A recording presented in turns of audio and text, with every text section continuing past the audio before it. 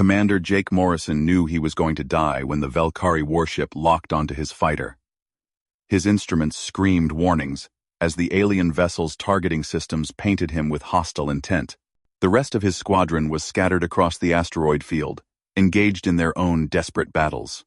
Phoenix 7, you've got 3 seconds before they fire, his co-pilot Lisa Grant said from the seat behind him. Her voice stayed calm despite the proximity alarms drowning out everything else. Jake didn't respond. He was too busy calculating angles that didn't exist, looking for an escape route that mathematics said wasn't there. The Valkyrie didn't miss. Their weapons technology was 300 years ahead of humanity's best efforts. Everyone knew it.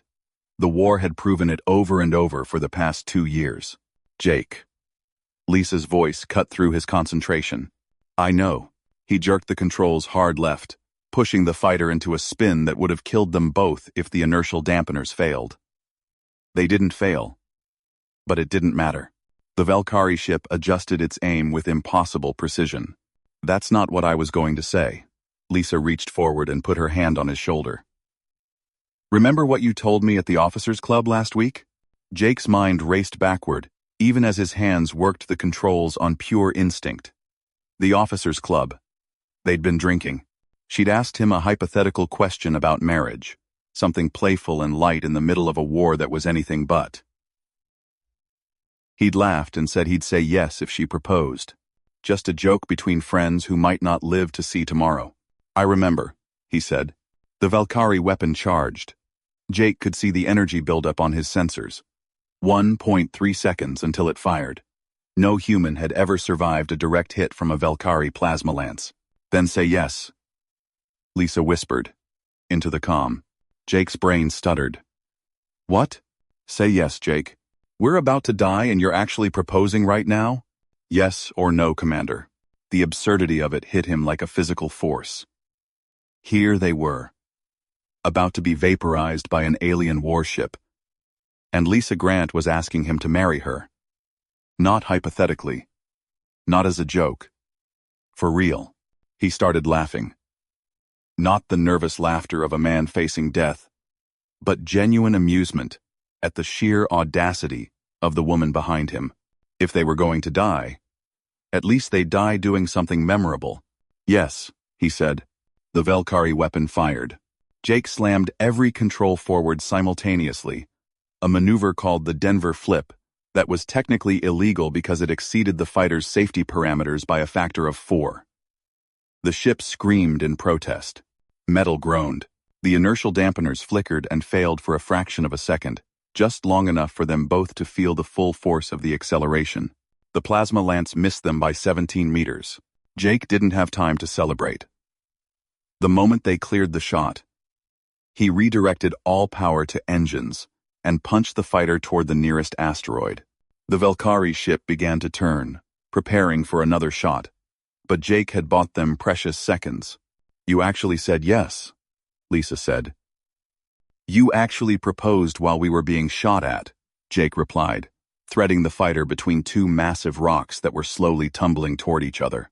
Seemed like good timing. You have terrible timing. But you said yes. Jake couldn't argue with that. He cut the engines and let momentum carry them into the shadow of a particularly large asteroid, hiding them from the Valkyrie's sensors. His hands were shaking now that the immediate danger had passed. His whole body was shaking. Why? He asked. Lisa was quiet for a moment. Because I wanted you to have something to live for, beyond just surviving the next 5 minutes. Because I've been in love with you since the academy. Because we might die tomorrow or the next day or an hour from now, and I didn't want to die without asking. Jake stared at the instruments in front of him, watching for any sign that the Valkyrie had found them again. His heart was pounding. And not just from the near-death experience. That's actually the most romantic thing anyone's ever said to me, he admitted. Does that mean the yes still stands? If we survive this mission, Jake said, I'll marry you on the flight deck of the carrier with everyone watching. Deal, Lisa said. The Valkyrie warship passed by their hiding spot, searching for them among the asteroids. Jake waited, counting seconds. knowing they had minutes at best before they were found again. But now, those minutes felt different. Now they meant something more than just survival. The Valkyrie warship continued its search pattern for another 7 minutes before giving up and moving to engage other human fighters. Jake waited an additional 3 minutes after that, making sure it wasn't a trap, before powering up their systems again. Phoenix, 7 to Phoenix Leader, he said into the comm. We're still alive. Good to hear your voice, 7. Commander Henry Walsh's voice crackled back. We thought we'd lost you. Get back to the rally point. The mission's a bust. We're pulling back to the Endeavor. Jake acknowledged and set course for the designated coordinates. Around them, the asteroid field continued its slow, eternal dance, indifferent to the war being fought among its rocks. He could see the debris of at least 3 human fighters scattered in the distance, twisted metal reflecting starlight. How many did we lose? Lisa asked quietly. I don't know yet. Jake didn't want to know. Every pilot who didn't make it back was someone he'd trained with, flown with, shared drinks with. The mathematics of war were brutal. Humanity was losing. Slowly. Inevitably. Losing. The Valkyrie had appeared 2 years ago without warning or provocation. Their first action was to destroy Mars Colony 3, killing 16,000 people in an instant. Their second action was to issue an ultimatum. Surrender all human territory beyond Earth's moon or face extinction. Humanity's response was predictable. They fought. It was a fight they were losing. The Valkyrie technology was simply too advanced. Their ships were faster. Their weapons stronger. Their shields impenetrable. Every battle was a desperate struggle just to slow them down, to buy time for the evacuation of the outer colonies. Earth's military had thrown everything they had at the invaders, and barely made a dent. Penny for your thoughts, Lisa said as they cleared the asteroid field. Jake glanced at the small screen showing her face. She looked tired. They all looked tired. Just thinking about how we're going to plan a wedding in the middle of a war. Small ceremony. Just close friends. No need to make it complicated. Lisa, we don't have close friends anymore. They keep dying. The words came out harsher than he intended. But she didn't flinch. She understood. They all understood. The mortality rate for fighter pilots was 63%. Most didn't survive their first year of combat. Jake and Lisa had beaten the odds for 18 months now. But odds had a way of catching up eventually. Then we'll invite the new pilots, Lisa said firmly. Give them something hopeful to look forward to. Show them that life goes on, even in the middle of all this death. Jake considered that. Maybe she was right. Maybe hope was a weapon too. In its own way. God knew they needed every weapon they could get. The rally point came into view. A cluster of human fighters forming up around the massive bulk of the Earth Defense Force, carrier, Endeavor. The carrier was scarred from dozens of battles, its hull patched and repatched so many times it looked like a quilt. But it was still flying. Still fighting. That had to count for something. They docked in the fighter bay without incident. The moment Jake popped the canopy, he was hit by the familiar sounds and smells of the bay.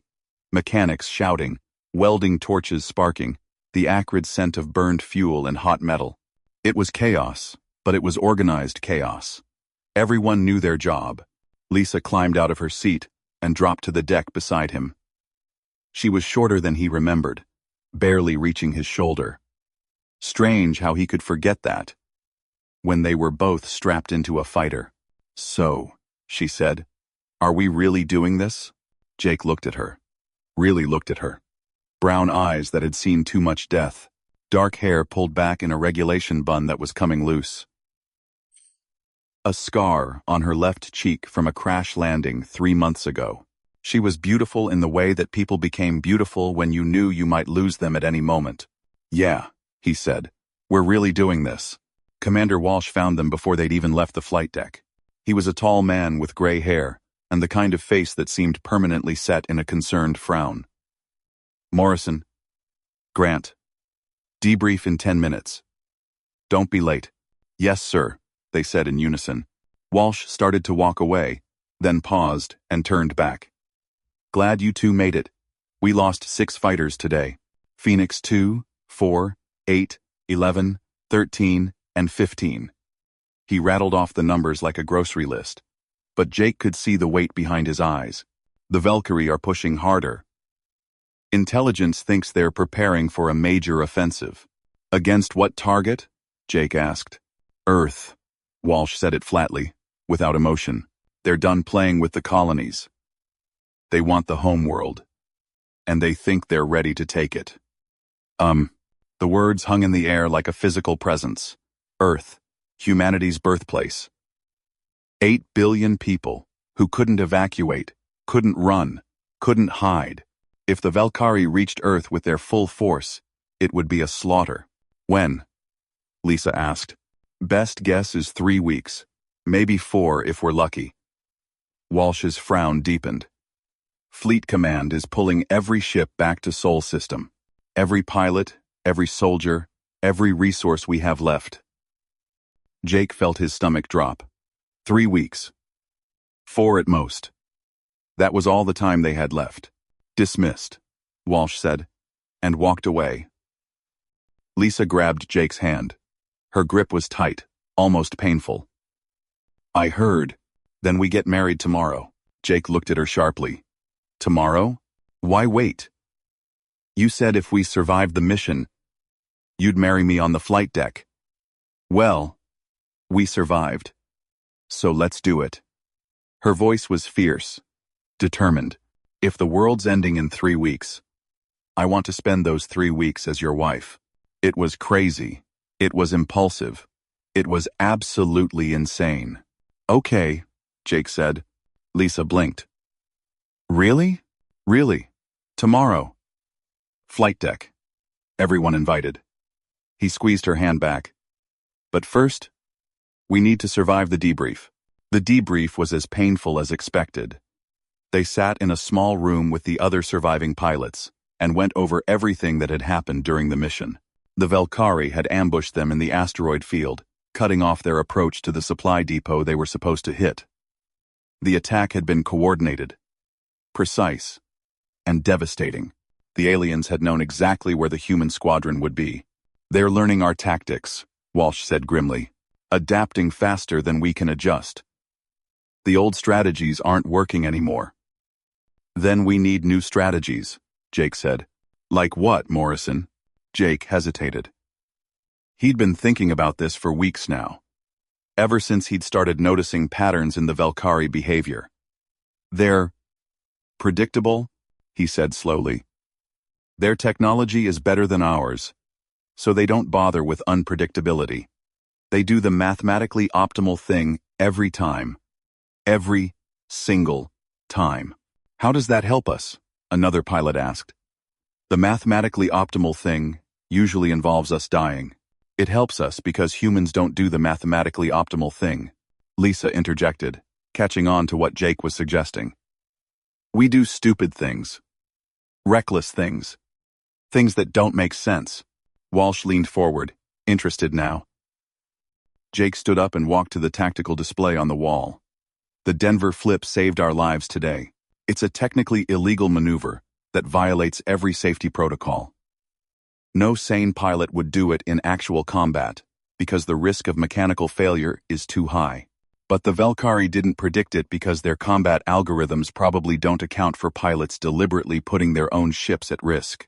You want us to fight crazy, Walsh said. I want us to fight human, Jake corrected. The Valkyrie are logical. Precise. Perfect.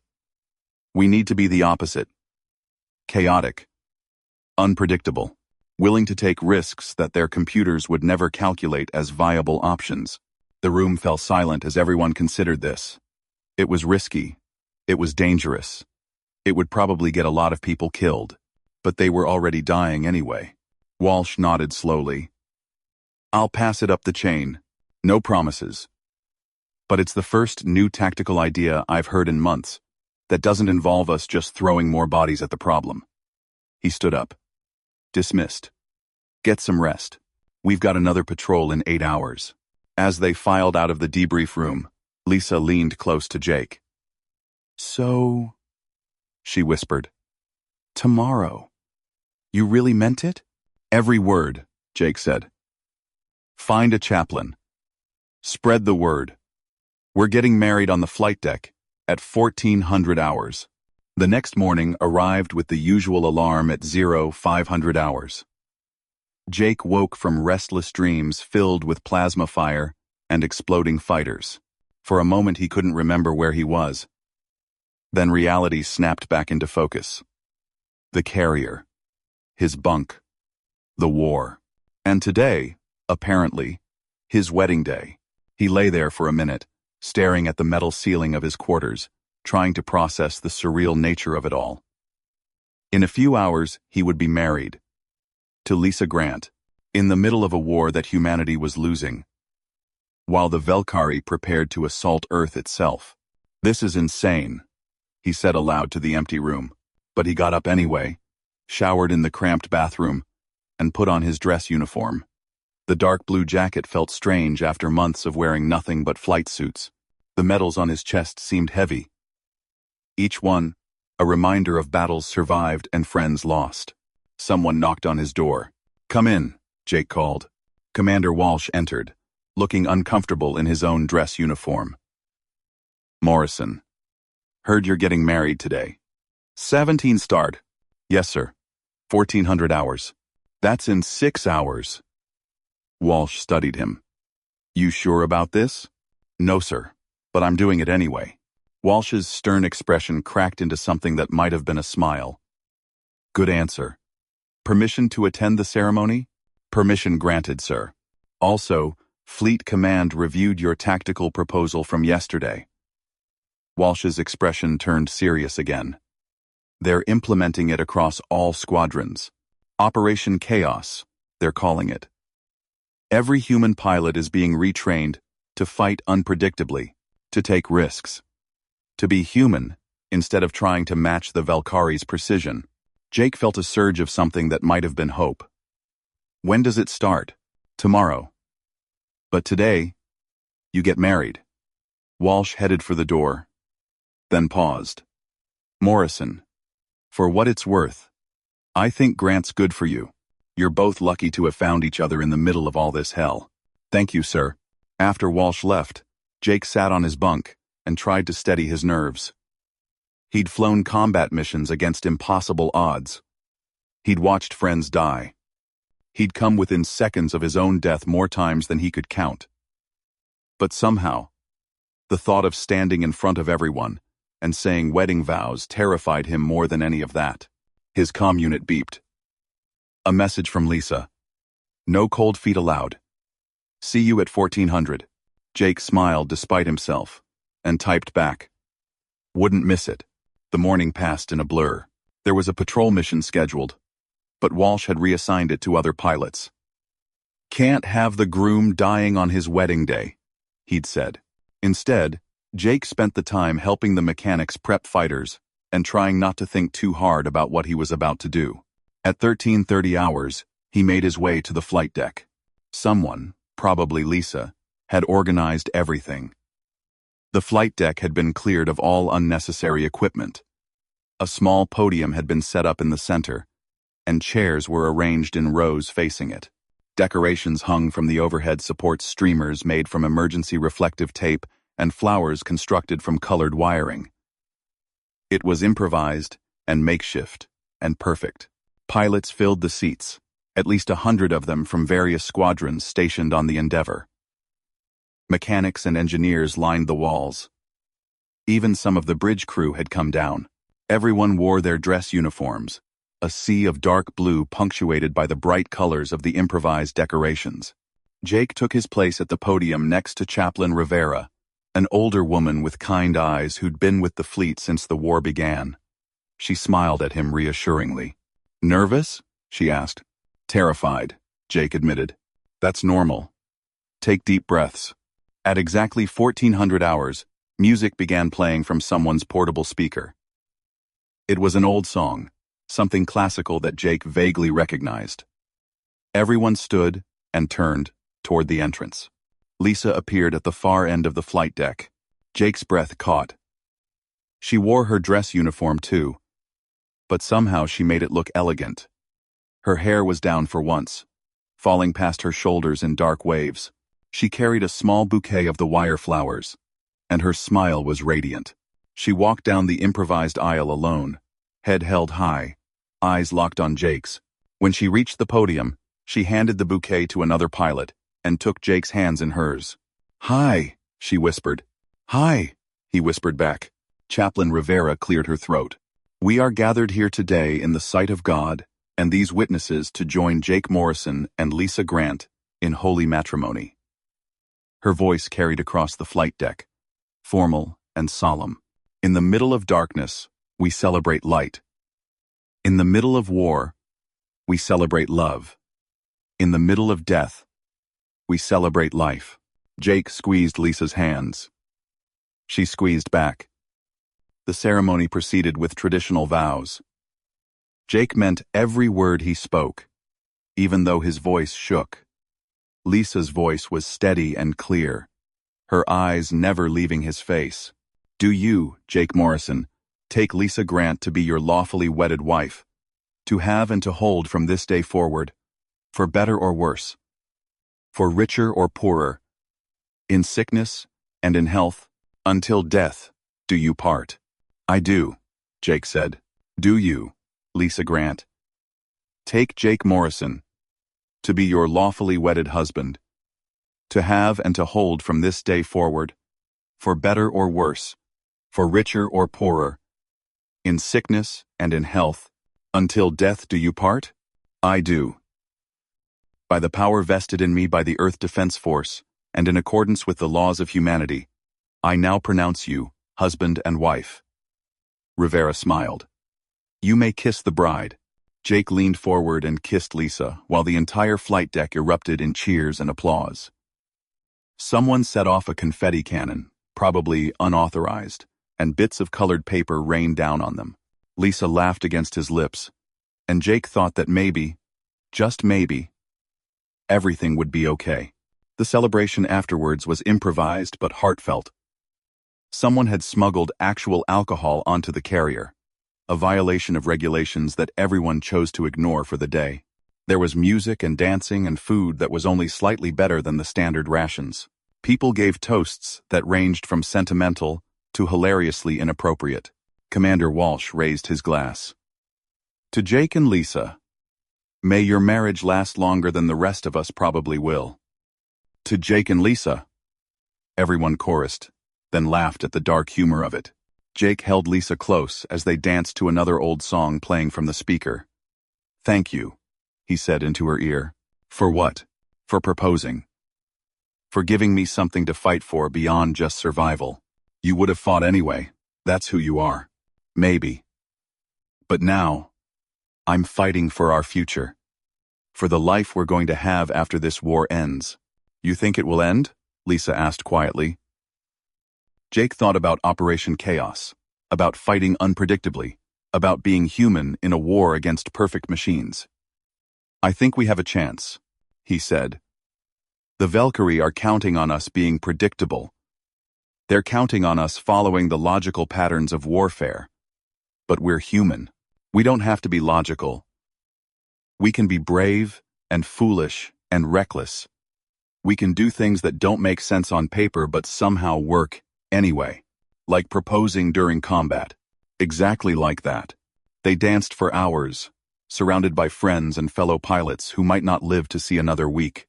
But for today, for this moment, they were all alive and together, and celebrating something good in the middle of terrible darkness. At 2000 hours, an alarm sounded throughout the carrier. Everyone froze. That alarm meant one thing: enemy contact. Commander Walsh was already moving toward the exit. "All pilots to your stations. This is not a drill." The celebration dissolved in seconds. Pilots ran for the ready room to get briefed. Mechanics scrambled to prep fighters. The music cut off abruptly, replaced by the harsh sounds of a ship preparing for combat. Jake and Lisa ran together, still in their dress uniforms. There wasn't time to change. In the ready room, the tactical display showed what they were facing. 3 Valkyrie warships had appeared at the edge of the system, moving toward the Endeavor's position at high speed. Not a full assault force, but enough to overwhelm a single carrier if they weren't stopped. "They found us," Walsh said grimly. "All squadrons launch immediately. Standard combat formation." He paused, then corrected himself. "No, not standard. Morrison's new tactics. Operation Chaos. Hit them with everything unpredictable. Show them what humans can do." The pilots cheered and ran for their fighters. Jake and Lisa reached Phoenix 7. Neither of them had changed out of their dress uniforms. They looked absurd, medals and ribbons gleaming as they climbed into the cockpit of a war machine. "Some wedding night," Lisa said as she strapped into the rear seat. "Could be worse," Jake replied, running through the pre-flight checklist with practiced efficiency. "How? We could be doing this alone." The fighter bay doors opened, revealing the stars beyond. Dozens of human fighters launched simultaneously, spreading out into a loose formation that would have horrified any traditional military tactician. There was no organization to it, no mathematical precision, just chaos. Perfect. The Valkyrie warships approached in their usual formation. Perfect triangular pattern, weapons charging in synchronized patterns. They were expecting the humans to engage in the standard defensive screen, trying to protect the carrier while minimizing losses. Instead, the human fighters broke into seemingly random attack patterns. Some dove straight at the warships with reckless speed. Others circled wide, approaching from unexpected angles. A few stayed back, then suddenly accelerated forward at full thrust. There was no pattern to it, no predictability. The Valkyrie ships hesitated. It was only a fraction of a second, but Jake saw it. Their weapons didn't fire. Their targeting systems couldn't lock on because they were trying to predict human behavior that was deliberately unpredictable. "All fighters, on my mark, execute Denver flips simultaneously," Jake said into the comm. 3, 2, 1. Mark. 50 human fighters executed the Denver flip at the same instant. The maneuver was illegal for good reason. It subjected the ships and pilots to forces that exceeded every safety parameter. Inertial dampeners flickered and failed across the fleet for crucial seconds. Some pilots blacked out from the acceleration. 2 fighters suffered mechanical failures and had to pull back, but the rest completed the maneuver successfully. And suddenly they were inside the Valkyrie defensive perimeter, moving at impossible angles that no sane pilot would attempt. The alien warships tried to adjust, but their targeting computers couldn't keep up with the chaos. Human fighters wove between them like angry wasps, firing missiles and plasma bursts from point-blank range. It wasn't elegant. It wasn't efficient. 3 more fighters collided with debris and exploded. But it was working. "Target the central ship's port weapons array," Jake called out, identifying a weak point in the Valkyrie defenses. "Hit it with everything." 20 fighters converged on that single point, ignoring the other threats around them. The Valkyrie ship tried to rotate its shields, but the humans were already too close. Missiles impacted in a concentrated barrage that overwhelmed the alien ship's defensive capabilities. The weapons array exploded in a cascade of blue fire. The Valkyrie ship began listing to one side, its perfect formation broken. The other 2 warships tried to compensate, moving to cover their damaged companion. But that meant breaking their own formation. And once they broke formation, they became vulnerable. "Second wave, target the rightmost ship's engines," Commander Walsh's voice crackled over the comm. "Third wave, harass the leftmost ship. Keep them off balance. Don't give them time to think." The battle dissolved into beautiful chaos. Human fighters darted in and out, never staying in one place long enough for the Valkyrie targeting systems to lock on. They took risks that made no tactical sense. They deliberately damaged their own ships with aggressive maneuvers. They acted like humans, instead of trying to be perfect machines. Jake pushed Phoenix 7 through a corkscrew spiral that brought them underneath the damaged Valkyrie ship. Lisa was calling out targets from the rear seat, her voice calm despite the violent maneuvers. Shield generator, at heading 270. It's exposed. Jake didn't question her assessment. He lined up the shot and fired a full salvo of missiles. The projectiles streaked across the gap and impacted directly on the shield generator. The explosion was satisfying a brilliant flash that temporarily blinded their sensors. Direct hit, Lisa confirmed. Their shields are down to 60% capacity. Around them, other human fighters pressed the advantage. The Valkyrie ships were designed for perfect, coordinated warfare. They weren't prepared for the messy, chaotic, utterly human style of combat being thrown at them. Their weapons fired in predictable patterns. Their shields oriented toward the mathematically most likely threat vectors. The humans simply ignored those threat vectors and attacked from impossible angles. A Valkyrie plasma lance burned past Phoenix 7, close enough that Jake could see the energy crackling along their hull. Warning alarms screamed. Lisa was already working the damage control systems before Jake could even think to check them. Starboard shield emitter is fried, she reported. We're exposed on that side. Then we don't let them hit that side, Jake said, and threw the fighter into another aggressive roll. The battle raged for 17 minutes. By the end of it, the damaged Valkyrie ship was drifting with minimal power, its weapons offline. The other two warships had withdrawn to a safer distance. Reassessing their strategy. They'd expected an easy fight against an inferior opponent. Instead, they'd encountered something their perfect calculations hadn't predicted. Desperation coupled with creativity. All fighters, return to the Endeavor, Walsh ordered. We've got a brief window before they adapt. Use it. The human fighters disengaged and headed back to the carrier. Jake counted them as they flew past. They'd launched with 63 fighters. Only 41 were returning. 22 pilots had died in 17 minutes of combat. But they'd survived. They'd driven off a Valkyrie attack force. For the first time since the war began, humanity had won a decisive tactical victory. The flight deck was a madhouse when they landed. Mechanics swarmed the damaged fighters. Medics rushed to treat injured pilots.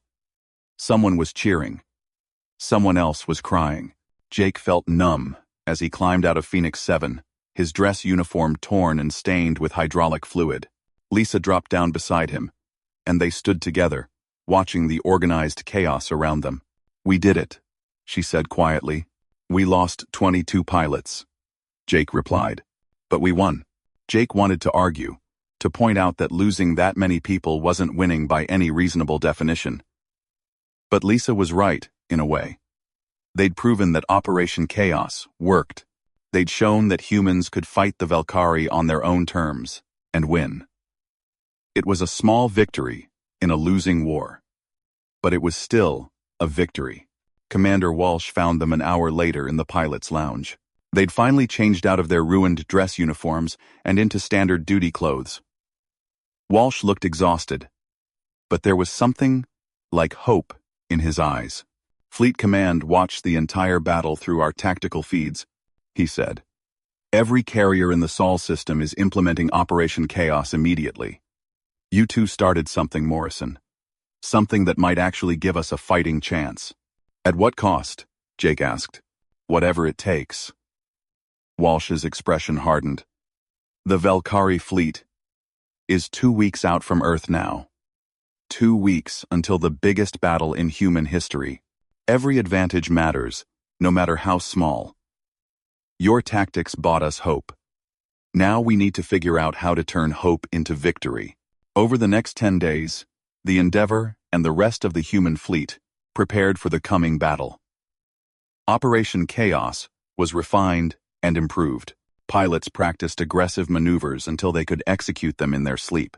New tactics were developed, each one more reckless and unpredictable than the last. Jake and Lisa barely had time to acknowledge that they were married. They flew patrol missions, ran training exercises, and collapsed into their shared quarters for brief periods of exhausted sleep.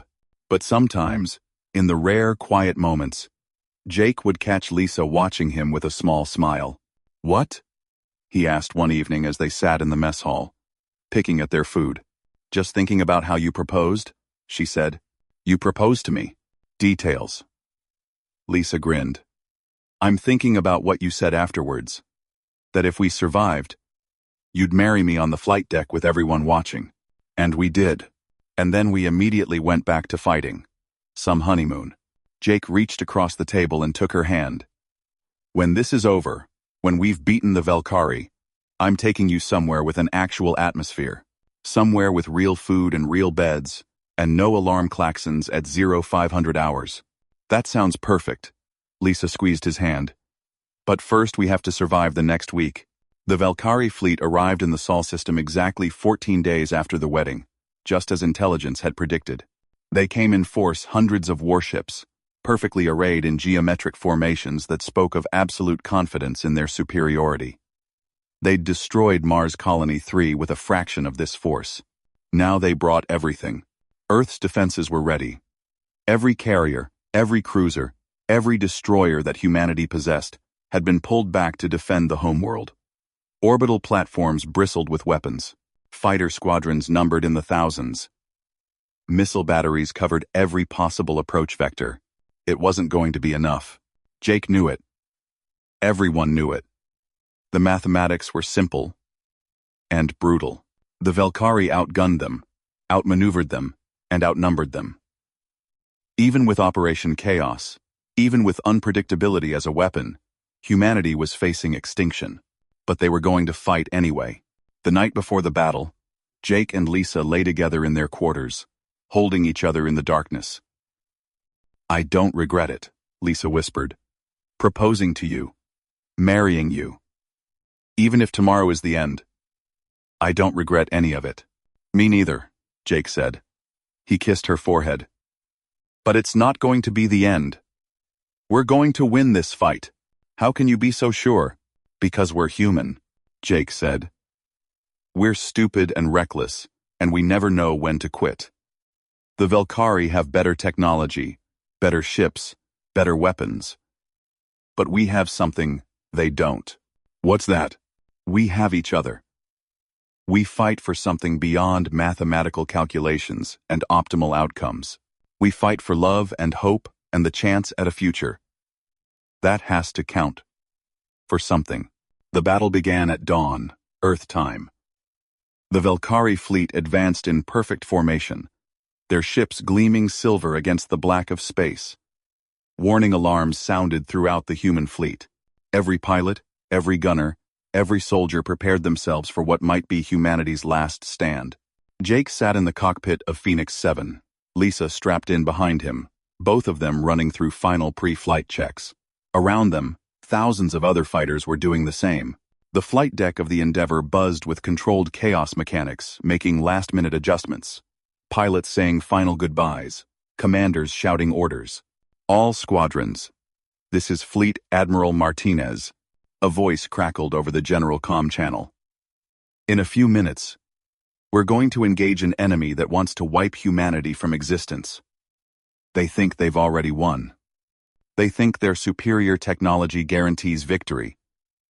But they don't understand what it means to be human. They don't understand that we're at our most dangerous, when we have nothing left to lose. Today we fight not just for survival, but for the right to exist.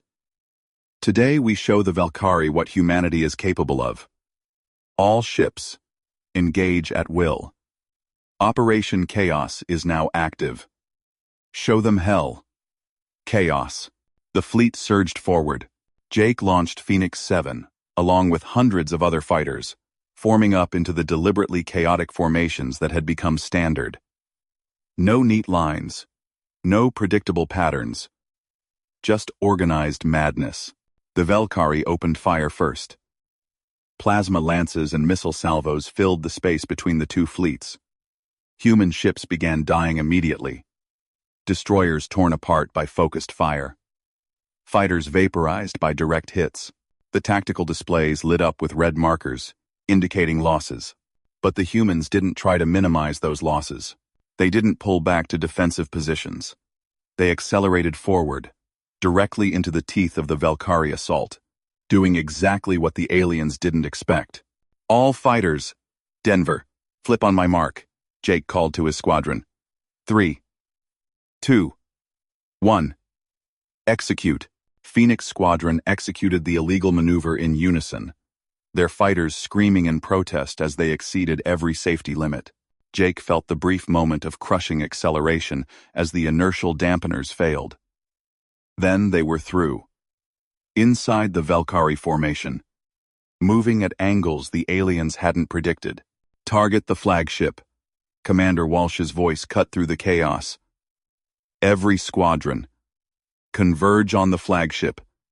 Hit it with everything. It was insane.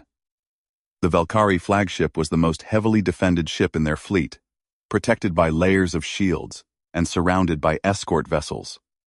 No rational military commander would order a direct assault on it, which was exactly why Walsh was ordering it. Jake pushed Phoenix 7 toward the massive alien vessel, weaving between plasma fire and exploding missiles. Other human fighters converged from a dozen different directions, none of them following predictable attack patterns. The Valkyrie defenses tried to adapt, but they were designed for logical warfare. They couldn't handle the sheer chaos of human desperation. Shields are concentrating on the forward section, Lisa called out. Their dorsal surface is exposed. Jake didn't hesitate. He yanked the controls up, sending Phoenix 7 into a vertical climb that brought them over the flagship's spine. From this angle, they could see the massive ship stretching out below them, kilometers of alien technology and death, firing all missiles, Jake said, and emptied their entire payload into the flagship's dorsal armor. Hundreds of other fighters were doing the same thing, hitting the flagship from every conceivable angle. The Valkyrie shields flickered under the concentrated assault. Individual missiles couldn't penetrate the armor, but thousands of them hitting simultaneously overwhelmed the defensive systems. An explosion blossomed on the flagship's hull, small at first, then growing, as internal systems began to fail. "We've got a breach," someone shouted over the comm. "Keep hitting them." The Valkyrie fleet tried to regroup, to protect their flagship, but that meant breaking their perfect formations. And once they broke formation, they became vulnerable to the chaotic human assault. Earth's capital ships moved in, their massive guns firing at targets designated by the fighter squadrons. The battle raged for hours. Jake lost track of how many times they narrowly escaped death. Phoenix 7 took hit after hit, systems failing one by one. But the fighter kept flying through sheer, stubborn determination. Lisa worked miracles in the rear seat, rerouting power and keeping them operational long past the point where they should have ejected. The Valkyrie flagship finally died at hour 3. Its shields failed completely, and concentrated fire from a dozen human cruisers tore through its armor. The explosion was visible from Earth's surface, a brief new star in the sky as the alien vessel broke apart. The Valkyrie fleet faltered. For the first time since the war began, Jake saw the aliens hesitate. Their perfect formations wavered. Their coordinated fire patterns became disjointed. They'd built their entire military strategy around mathematical certainty, and humanity had just introduced chaos into their equations. "All ships, press the advantage." Admiral Martinez's voice rang out. "Don't give them time to adapt. Hit them now while they're confused." The human fleet surged forward with renewed fury. They'd lost hundreds of ships already, thousands of lives, but they'd proven something crucial. The Valkyrie could be beaten. Their technology wasn't invincible. Their logic had limitations, and humans were very good at exploiting limitations. Jake pushed Phoenix 7 toward another cluster of Valkyrie ships, his hands steady on the controls despite the exhaustion clawing at him. Beside him, Lisa was singing softly an old song from before the war, something about coming home. It seemed impossibly out of place in the middle of a space battle, but somehow it helped him focus. "Incoming plasma lance," Lisa warned. Jake jerked the controls sideways, and the deadly energy beam missed them by meters. He returned fire with their remaining weapons, targeting the warship's exposed engine ports. Small explosions rippled across the alien vessel's hull. The battle continued. Hour 4. Hour 5. The space around Earth became filled with debris from both sides, twisted metal and frozen bodies tumbling in the void. The tactical displays were a confusing mess of red and blue markers, showing losses and positions that changed by the second. But slowly, gradually, the tide began to turn. The Valkyrie fleet was designed for perfect warfare. It couldn't adapt quickly to imperfect opponents. Every time they calculated a defensive strategy, the humans would do something that made no mathematical sense. Every time they predicted an attack pattern, the humans would attack from a completely illogical direction. By hour 6, the Valkyrie were in full retreat. Their remaining ships disengaged from combat and began accelerating away from Earth, heading for the outer system. The human fleet pursued, harrying them with long-range fire, not giving them any chance to regroup or counterattack. All squadrons, maintain pursuit, Walsh ordered. Don't let them establish a foothold anywhere in the Sol system. Jake followed the command, pushing Phoenix 7's damaged engines to keep up with the fleeing aliens. Around him, the other surviving fighters did the same. They were running on fumes and determination now, their ships held together by emergency patches and prayers. The Valkyrie fleet reached the heliopause and kept going, jumping into faster-than-light travel one ship at a time. They left behind hundreds of wrecked vessels and uncounted dead, but more importantly, they left behind their aura of invincibility. Humanity had won. All fighters, return to your carriers, Walsh said. His voice was rough with emotion. It's over. We did it. Earth is secure. Jake didn't trust himself to respond. He simply turned Phoenix 7 back toward the Endeavor and started the long flight home. The fighter's engines were making alarming noises, and half his instruments were dead, but they were still flying. Jake, Lisa said softly from the rear seat. Yeah, we survived. The simple statement hit him like a physical force. They'd survived, against all odds, through chaos and desperation and sheer human stubbornness. They'd lived through the battle that should have ended humanity. Yeah, Jake said, his voice cracking. We did. The flight deck of the Endeavor was barely recognizable when they finally landed. Damaged fighters were crammed into every available space. Mechanics worked frantically to clear room for new arrivals. Medics rushed between ships, treating wounded pilots. Jake and Lisa climbed out of Phoenix 7 and stood on the deck, looking at each other. They were both covered in sweat and blood, some of it their own, some from the fighter's damaged systems. Lisa's left arm hung at an odd angle, probably broken. Jake's leg wouldn't stop bleeding from a piece of shrapnel that had penetrated the cockpit. But they were alive.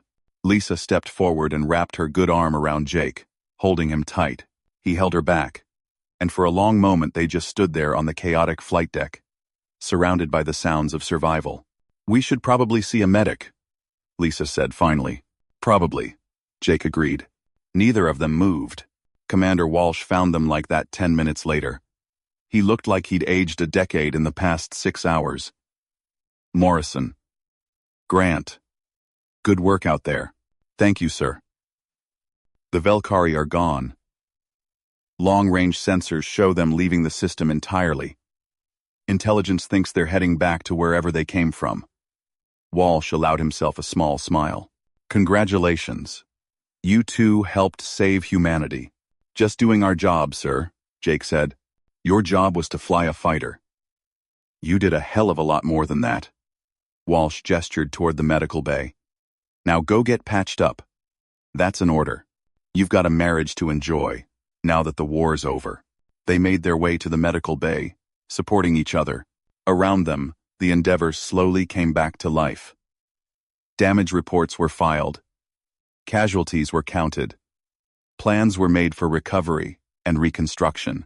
But for Jake and Lisa, all of that could wait. They'd survived the unsurvivable. They'd helped turn the tide when all hope seemed lost.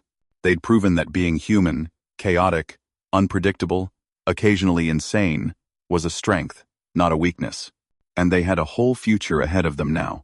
2 weeks later, after the injuries had healed and the immediate crisis had passed, Jake and Lisa stood together on the observation deck of the Endeavor, looking down at Earth.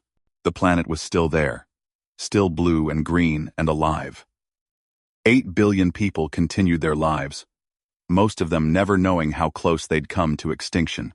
So, Lisa said, leaning against Jake's shoulder, about that honeymoon you promised me. Not, Jake smiled. Somewhere with an actual atmosphere. Real food. Real beds. No alarm klaxons. Definitely no alarm klaxons. Sounds perfect. Lisa turned to face him. But before we do that, I have one more question. What's that? Do you regret saying yes? When I proposed during that fight? Jake thought about it seriously. He thought about the chaos of that moment. The certainty of death. The absurdity of a proposal during combat. He thought about everything that had happened since the wedding on the flight deck. The battles they'd fought together. The way they'd helped change the course of human history. Not for a second, he said. Good, Lisa said. Because I'm not done proposing crazy ideas to you yet. Jake laughed and kissed her. There on the observation deck, with Earth spinning below them, and the stars spreading out above. They'd survived the war. They'd found each other in the middle of chaos and death, and now they had the rest of their lives to figure out what came next. It was the best ending he could have imagined, and somehow, despite everything, it felt like a beginning.